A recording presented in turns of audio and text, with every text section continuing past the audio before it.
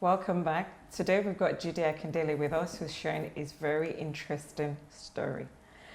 Jide, just before we went on break, we talked a bit about your ideology of marriage. Explain a bit about that, the previous ideology of marriage, and then we'll look at where you are now in terms of marriage.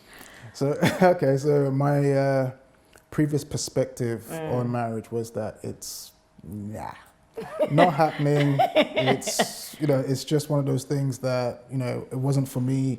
And, good luck to anybody that's able to do it, make a go of it. Yeah. But for me personally, not today, not now, not ever. Oh, wow. Why? Why was that the case?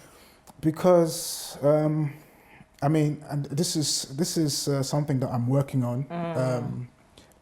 With help from my lovely wife. Okay. I've made a conscious effort to be less cynical. Okay. I was surrounded by a lot of, let's say, less than encouraging examples of a successful marriage. And, when you, look at because we're surrounded by the media. Yes. And everywhere you look, you're seeing, this person or that person, they're seeing a new person, every other week, or their marriage has, deteriorated, and they're looking for husband or wife partner. Number 2, 3, 4, 5. And then even at times, I don't know if you've noticed, it's almost like relationships now. If you see two people, it's usually, especially if they're slightly older, so maybe not your age group, slightly older, they're usually in their second marriage. It's almost like the norm now for people to be in their second marriage. Maybe probably they've been through the first one and then they're looking at the second one and they want to make it work. Now, the people you're referring to, you're talking about generally, or does this even include in the church? Were you in the church at this moment? Or I know you said you were still, quite fluid with church. Was this still the case with you? Yeah, it's across the board really.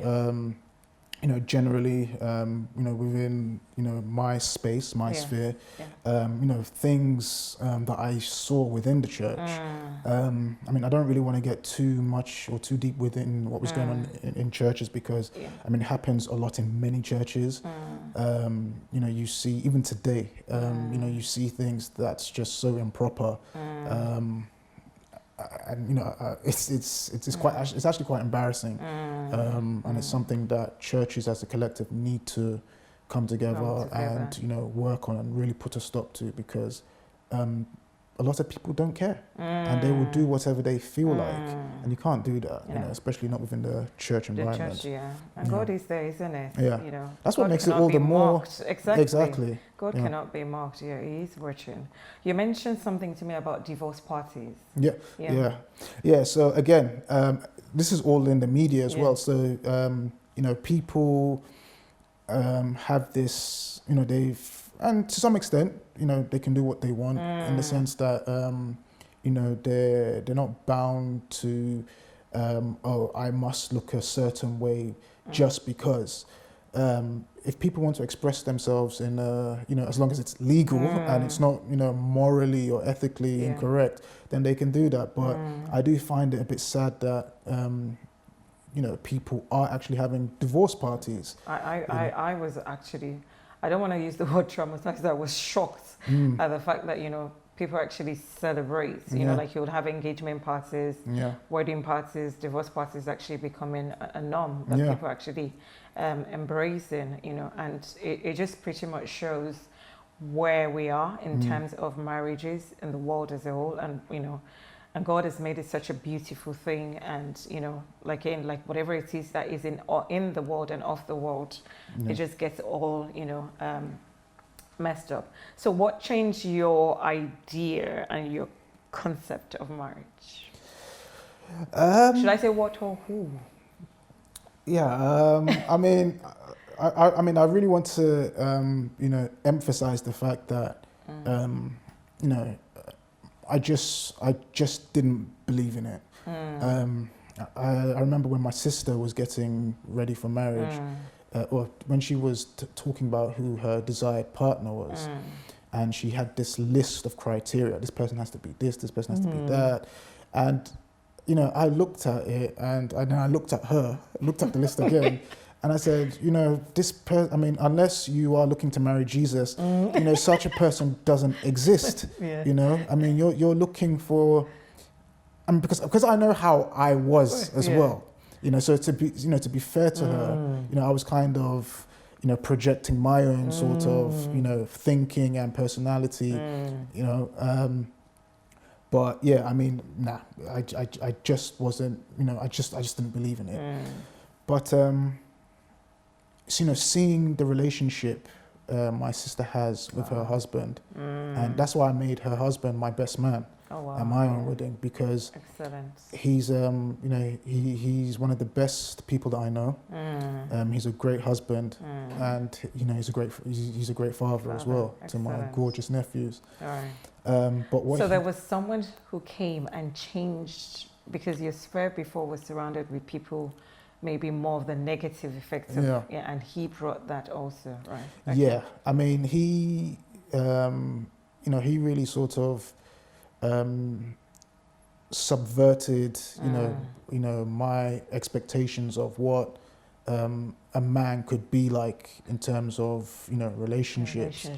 And it's different because there aren't many people like him, and that's not to say he's the only one, because there are many people like him. Yeah, we just had a guest on the show that was going on about her husband too. Okay. Absolutely, yeah. All right. Sorry, go on. Yeah, so I could see how he behaved, how he conducted himself, and the response and reaction he would get from my sister.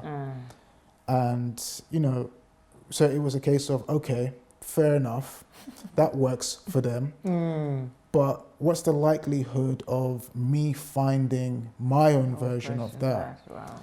And I think it comes down to my mindset being furnished mainly with the fear, because the last thing if I'm getting married, I'm only getting married once. I'm not getting married, God forbid, any,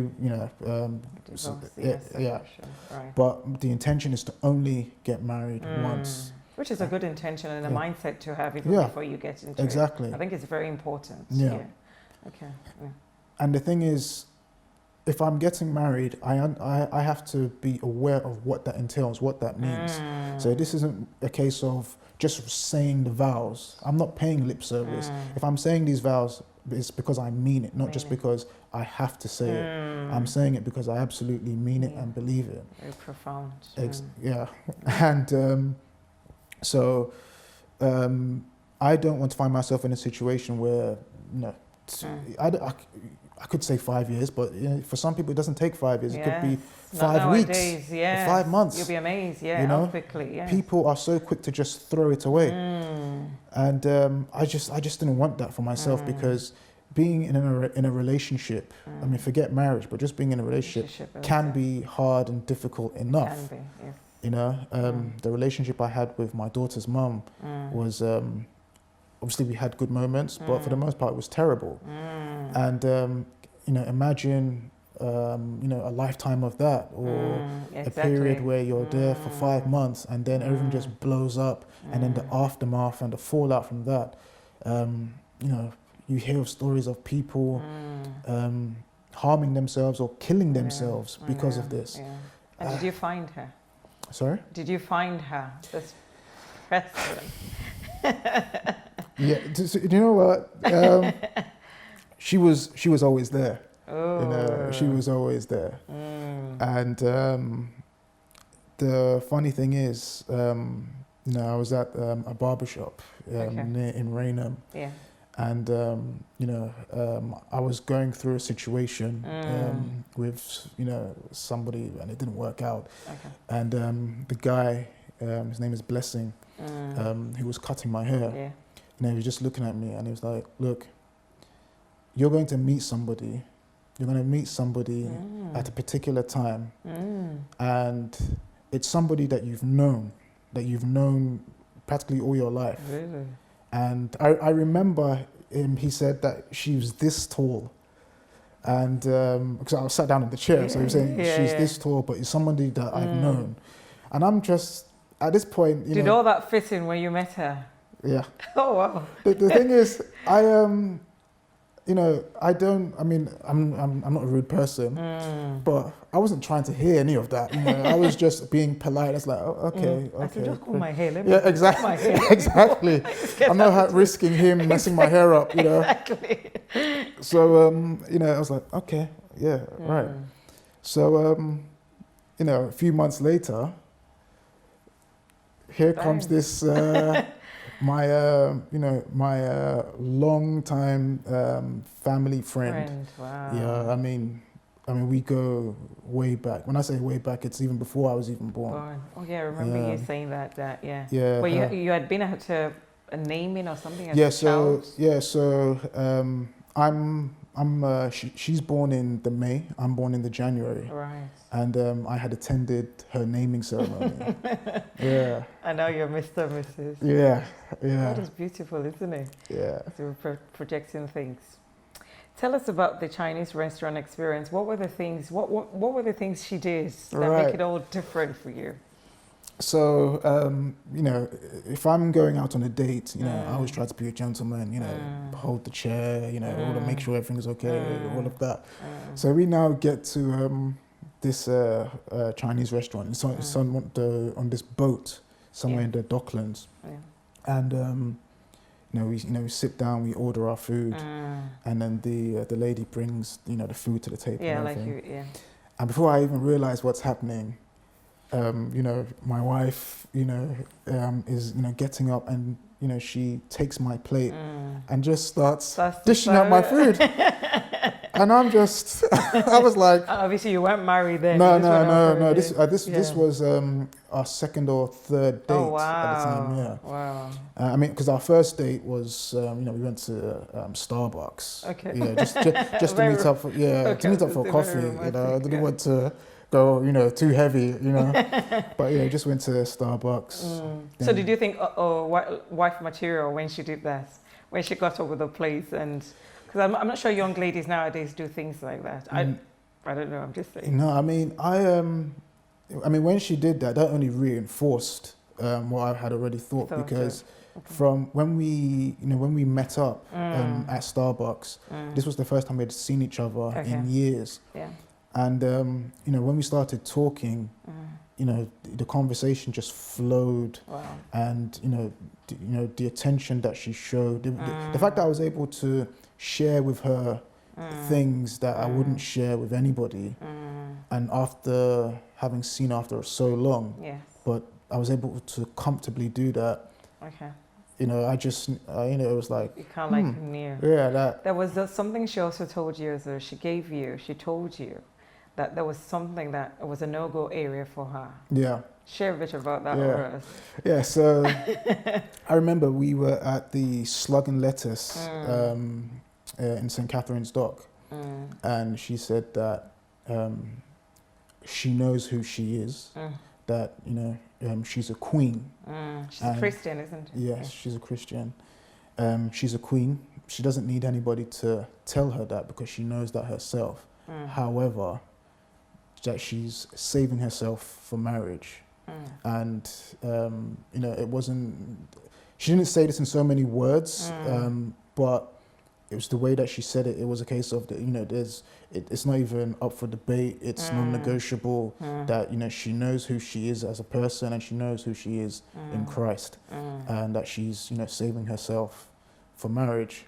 And prior to my you know, relationship with her, that for me, the way my mind was at is like, okay, cool, check please. You know, that would have been a no-go. That would have been a deal breaker. But it didn't bother me in the slightest. If anything, it was like, wow, okay, you know. And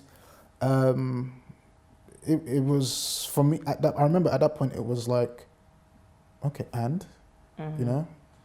Anything else? Because let's make it clear. Yeah, I mean, it wasn't anything that bothered me. It didn't bother me because I was enamored with who she is as a person. Yeah. You know, rather than to get from. Yeah, exactly. So. And were you able to keep up with that? For your relationship was on for 2 years? Yeah, about 2 years. Yeah. 2 years. Yeah. So I mean, It was tough. I was going to say temptations. Absolutely. Especially for a man. Absolutely. Because she's an incredibly attractive woman, And, there are things like Valentine's Day and even, when you make that special effort. Yeah. But just in general, it's one of those ones where it's like, wow. Do you have tips for young men? So would you say, okay, maybe we don't do this, or we try and, we don't go to places, or we just try and make sure we stop each other if we feel that things are getting a bit hot and things like that? What were those things? And I do know that now you do share your experience with young people, isn't it? And telling them that it's actually possible to not have premarital sex, isn't it? Yeah. I mean, what I try to share with young men is that, know what you want, and know who you want in a partner. And I will say this: if you plan on having a life partner, having a wife or a husband, someone you want to spend the rest of your life with, save yourself for that person, because you don't want to throw away something special and unique that's unto yourself and for your partner or for your spouse. You can't just be giving that away to anyone anyhow. I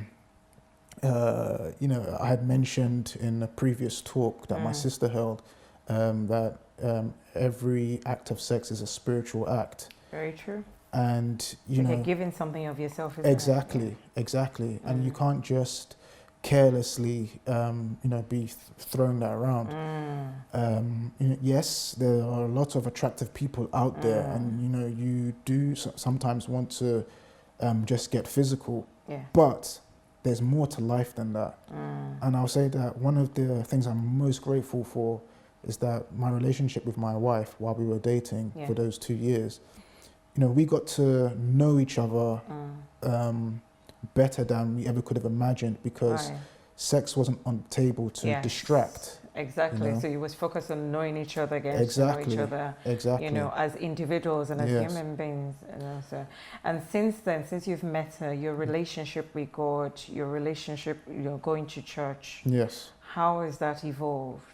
So it evolved by me regularly attending church without fail, and that's now evolved to me being part of the ministry where I'm part of the technical team. So I operate the camera and record the service. So you've got from the level from just, you're not just a regular church goer. You're part of the church. Serving. And just being able to really appreciate and give thanks to God for what He's been able to impart in my life, and to be able to share it, because camera work it's not just capturing stuff on film. It's a case of helping to broadcast the message, the teachings, things that I've learned, things that have impacted my life in a very beneficial way, and just putting it out there for everyone else to see. Yeah. Thank you for your time. Thank you for what you're doing. Thank you for, because like I said, I know you go around encouraging young men that, there's more to just, bedding someone, it's an intimacy that God has made beautiful for the fellowship and the union of marriage. And yes, it's always nice to have a man, hear a man's aspect of it. It's been a pleasure having you on the show. Thank you, Jide. Thank you. Next week on Story Before Glory. I was flat out, so I didn't even know what happened after them. I was told that my heart had stopped, that I had cardiac arrest,